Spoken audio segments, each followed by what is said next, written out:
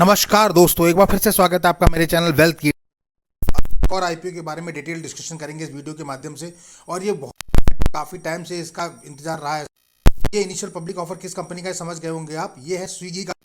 Swiggy का काफ़ी time से पेंडिंग था। फाइनली आईपीओ की डेट फाइनल हो चुकी है। तो इसका इनिशियल पब्लिक ऑफर यानी कि आईपीओ स्विगी का आपको देखने को मिलेगा। बेसिकली स्विगी किस में काम करती है आपको पता है। ये फ्री ऐप है और अभी ग्रोसरी में भी ये काम करती है, यानी ग्रोसरी भी डिलीवर करती है।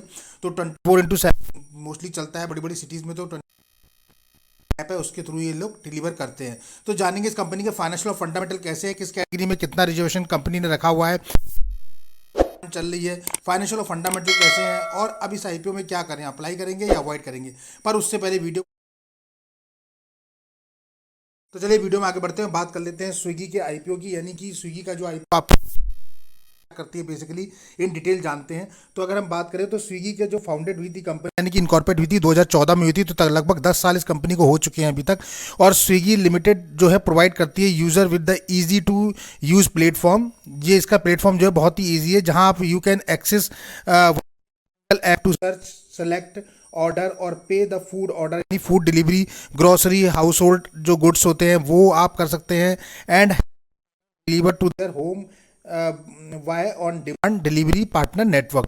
तो डिलीवरी पार्टनर नेटवर्क के थ्रू ये जो है आपके घर तक, जिसमें कि फूड डिलीवरी हो गया जैसे कि हमने पहले भी आपको बताया, और ग्रोसरी डिलीवरी हो गया, हाउस होल्ड आइटम्स के जो गुड्स होते हैं वो जैसे कि इंस्टामार्ट इसका है तो उसके थ्रू भी ये लोग करते हैं। तो बेसिकली जो इसका मेन काम है अगर देखा जाए तो फूड डिलीवरी है, यानी कि ये फूड डिलीवरी ऐप के थ्रू आया था। इसके बिजनेस के सेगमेंट देखें तो 5 सेगमेंट आपको देखने को मिलेंगे, जिसमें इसका पहला सेगमेंट जो है फूड डिलीवरी है, और तकरीबन जनरेशन होता है दोस्तों वो 60 से 65% के लगभग इसी सेगमेंट से आता है। उसके बाद दूसरा है इसका आउट ऑफ होम है, जिसमें कि विच इंक्लूडिंग रेस्टोरेंट और विजिट और इवेंट्स का ये करता है। तीसरा है क्विक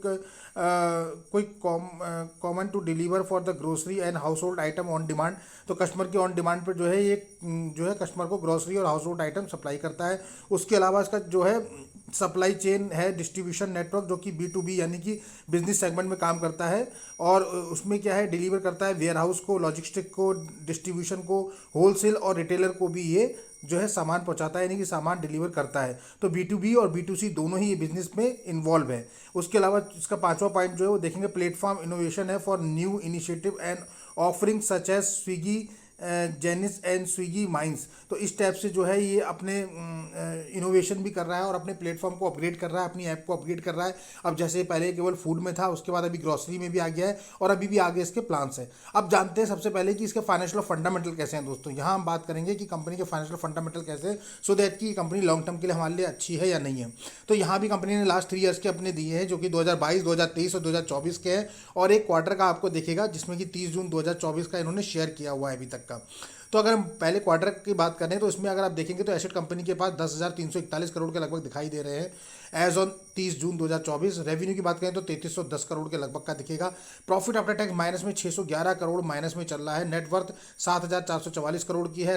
रिजर्व और सरप्लस कंपनी में माइनस में है 7,750 करोड़। और डेप्थ कंपनी पे जो है वो 256 करोड़ के लगभग का डेप्थ भी है। लास्ट 3 ईयर्स की अगर हम बात करें तो लास्ट ईयर में 14,000 करोड़ का था 22 में, फिर 11,000 करोड़ का एसेट हो गया 23 में, और 24 में 10,000 करोड़, यानी एसेट में डिक्रीजिंग ट्रेंड में है। 14,000 करोड़ से 10,000 करोड़ की कंपनी एसेट में आ गई है पिछले 3 साल में। तो आप समझ सकते हैं कि कितना नेगेटिव इंपैक्ट डाल रही है, कितना नेगेटिव परफॉर्मेंस कर रही है इन टर्म्स ऑफ एसेट में। वहीं अगर रेवेन्यू की बात करें तो रेवेन्यू में कंपनी ने 6,000 करोड़, फिर 8,700 करोड़, फिर 11,634 करोड़ का ग्रोथ करा है, यानी कि रेवेन्यू पीस पे कंपनी ग्रोथ दिखा रही है 2022 से लेकर 2024 में अच्छा खासा। पर प्रॉफिट आफ्टर टैक्स देखेंगे तो वो नेगेटिव में चल रहा है 3,600 करोड़, माइनस में 4,180 करोड़ और माइनस में 2,350 करोड़। लास्ट 3 ईयर से कंपनी जीरो प्रॉफिट है, यानी कि लॉस मेकिंग कंपनी बनी हुई है ये लास्ट 3 ईयर से। और अगर इस क्वार्टर की बात करें तो वहाँ भी जीरो पे, कोई भी प्रॉफिट गेन नहीं कर रही है कंपनी, इवन माइनस में चल रही है, वो भी आप देख सकते हैं कितने हैवी माइनस में। नेटवर्थ कंपनी की 12,000 करोड़ थी, उसके बाद 9,000 करोड़ हुई और फिर 7,000 करोड़, यानी नेटवर्थ भी कंपनी की डिक्रीजिंग ट्रेंड में चल रही है लास्ट 3 ईयर से, 12 से 7,000 करोड़ पे आ गए। रिजर्व सरप्लस की बात करें वो भी माइनस में, पहले माइनस 3,000 करोड़ था, फिर 23 में जाके 6,000 हो गया और 24 में जाके 7,000 करोड़ माइनस में कंपनी आ गई है। कर्जे की बात करें उधारी की, तो पहले 2 साल में कोई नहीं था। 2024 में कंपनी ने 211 करोड़ का कर्जा लिया है और अभी तक 256 करोड़ के लगभग कर्जा उधारी हो गई है।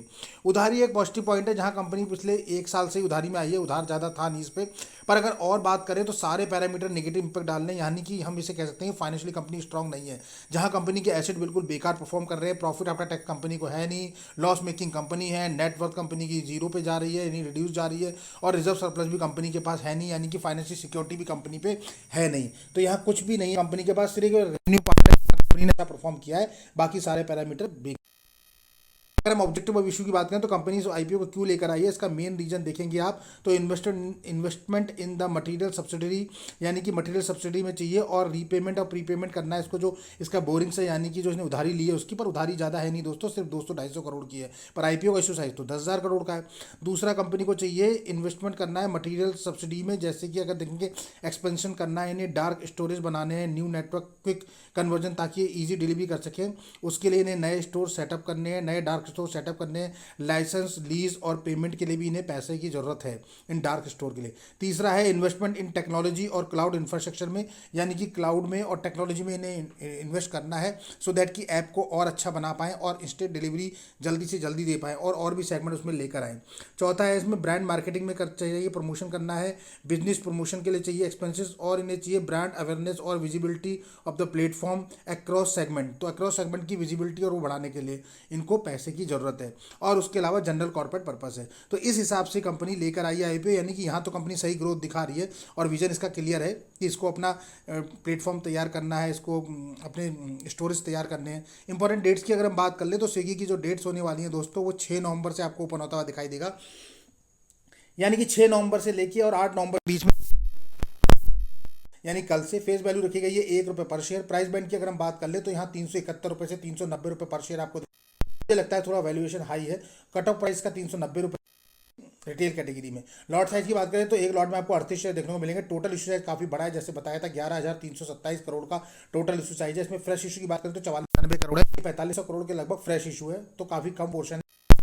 6,828 करोड़ है, यानी कि 6,828 करोड़ सीधे जो कि सीधे सीधे प्रमोटर को मिलेगा, जबकि 94 करोड़ रुपए जो है वो कंपनी की ग्रोथ में काम आए। डिस्काउंट दिया गया ₹25 पर शेयर का, तो यानी पर शेयर डिस्काउंट एम्प्लॉय को सब्सिडी मिलेगी इसमें, और ये आईपीओ लॉन्च होता हुआ दिखाई देगा। एनएससी बीएससी दोनों आईपीओ है। तो इस तरह से ये आईपीओ की डेट्स आपको पता लगेगी। रिजर्वेशन की बात करें तो यहाँ भी सेम, अभी पिछले 2 आईपीओ जो अभी नए आए हैं, जो कल से आने वाला है और अभी चल रहा है, कि क्यूआईपी के लिए 75 है रखा गया और एचएनआई के लिए 15%।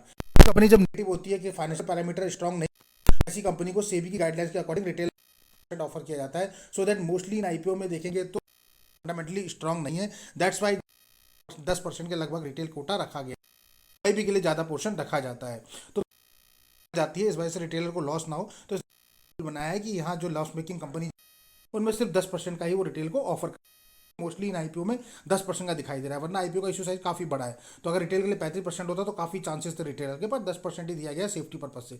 रिटेल में अगर हम देखें तो एक लॉट 38 शेयर मिलेंगे, 14,820 पे करने, मैक्सिमम 13 लॉट तक अप्लाई करेंगे, 1,92,660 पे करने। स्मॉल एचएनआई मिनिमम में 14 लॉट अप्लाई करेंगे, 532 शेयर मिलेंगे, 2,07,480 रुपये आपको इसके लिए पे करने हैं। और स्मॉल एचएनआई मैक्सिमम में 67 लॉट अप्लाई करेंगे, 2,546 शेयर मिलेंगे, 9,92,940 रुपये आपको इसके लिए पे करने हैं। वहीं अगर हम बात कर बिग एचएनआई कैटेगरी की, तो बिग एचएनआई जो कैटेगरी है उसमें मिनिमम आपको जो है वो इसमें अप्लाई करने पड़ेंगे 67 लॉट्स, यही था। उसके बाद ग्रे मार्केट की हम बात कर ले दोस्तों, तो ग्रे मार्केट में क्या डिमांड चल रही है, तो काफ़ी अच्छी डिमांड नहीं है इस आईपीओ की। अगर आप देखेंगे तो स्विगी आईपीओ का अगर हम बात करें तो ₹390 प्राइस बैंड है, और जीएमपी सिर्फ ₹15 पे ट्रेड कर रहा है, यानी कि करीबन 3.85 यानी कि 4% या 5% के लगभग ट्रेड कर रहा है, जो कि बहुत ही कम है। आप कह सकते हैं कि लिस्टिंग गेन तो ना के बराबर ही है, क्योंकि जिस हिसाब से मार्केट के सेंटीमेंट चल रहे हैं, जिस हिसाब से मार्केट अप और डाउन ट्रेंड में चल रहा है, कभी ये माइनस में चले जाए कुछ कह नहीं सकते। जैसे कि अभी पिछले आईपीओ में भी हुआ होगा। फायर रेटिंग 1 की बनी हुई है, 11,327 करोड़ का टोटल इशू साइज है। 38 शेयर आपको एक लॉट में देखने को मिलेंगे। 6 नवंबर को ओपन हुआ, 8 नवंबर को एक क्लोज होता हुआ दिखाई देगा। ये भी 11 नवंबर नवंबर को आपको अलॉटमेंट आते हुए दिखाई देंगे और लिस्टेड होता हुआ दिखाई देगा 13 नवंबर को ये भी। तो मुझे ऐसा लगता है कि यहाँ स्विगी में थोड़ा रिस्क बना हुआ है, अभी हमें होल्ड करना चाहिए, जल्दीबाजी में अप्लाई नहीं करना चाहिए। स्पेशली अगर बात करें लिस्टिंग गेन पर्पज से, जो लोग लिस्टिंग गेन पर्पज से अप्लाई करना चाहते हैं वो तो बिल्कुल अवॉइड ही करें अभी, बिकॉज लिस्टिंग गेन काफ़ी कम है और 4-5% तो बहुत ही रिस्की होता है। तो मतलब हमारा क्राइटेरिया तो मिनिमम 20 से 30% के बीच होता है, पर फिर भी अगर थोड़ा 30% नहीं भी है, मार्केट सेंटिमेंट जैसे बोल रहे तो एटलीस्ट कम से कम 10 से 12%, 15% के लगभग तो हो, ताकि थोड़ा सा सेफर रहे। तो हम लास्ट डे में डिसाइड करेंगे। अगेन यहाँ काफ़ी रिस्की सिचुएशन है और काफ़ी रिस्की आईपीओ मुझे लग रहा है, बिकॉज कंपनी के फाइनेंशियल फंडामेंटल भी स्ट्रॉन्ग नहीं है। पहला तो ये है कि तो लॉन्ग टर्म के लिए भी हम लोग ज़्यादा बिलीव नहीं कर सकते हैं। शॉर्ट टर्म के लिए अगर हम बिलीव करें कि भैया हमें लिस्टिंग गेन के पर्पज से करना है, तो वो भी हमें यहाँ दिखाई नहीं दे रहा, 3 से 4% है। तो इसलिए हमें मुझे लगता है अभी होल्ड करना चाहिए। So we should wait and watch for the last day financial subscription, यानी डे 2 के सब्सक्रिप्शन स्टेटस के बाद ही हम डिसाइड कर पाएंगे कि हमें इसमें अप्लाई करना है या अवॉइड करना। पर मेरे हिसाब से, अगर मेरा भी पर्सनल व्यू है, तो मैं तो इसे अवॉइड ही करूंगा, क्योंकि मुझे ऐसा लगता है कि इसमें कोई अभी ज़्यादा बनने वाला है नहीं और आईपीओ का इशू साइज भी काफ़ी बड़ा है। उसके अलावा रिटेल के लिए भी काफ़ी कम पोर्शन दिया गया है, डिमांड भी काफ़ी कम है, कंपनी भी लॉस मेकिंग है, पिछले 3-4 साल से लॉस ही कर रही है। तो इस हिसाब से ना तो लॉन्ग टर्म के लिए मुझे सूटेबल लग रहा है और ना ही लिस्टिंग गेन पर्पज से मुझे ऐसा लग रहा है कि यहाँ लिस्टिंग गेन बन पाएगा। अगर मार्केट कंडीशन अच्छी भी हो गई तो भी मुझे लगता है 10 से 12% से ऊपर लिस्टिंग गेन बनेगा नहीं इसमें, तो अभी अवॉइड करने में ही फायदा है। तो ऐसा लगता है, बाकी आपका अपना ओपिनियन है। यहाँ कोई भी दोस्तों आपको बाय और सेल का रिकमेंडेशन नहीं दिया जाता है। ये सारे वीडियो आपको नॉलेज पर्पज से बनाए जाते हैं, जहाँ हम कंपनी के फैक्ट और फिगर पे बात करते हैं, कंपनी के फाइनेंशियल फंडामेंटल पे बात करते हैं, जीएमपी मार्केट में क्या डिमांड चल रही है उसको एनालिसिस करते हैं।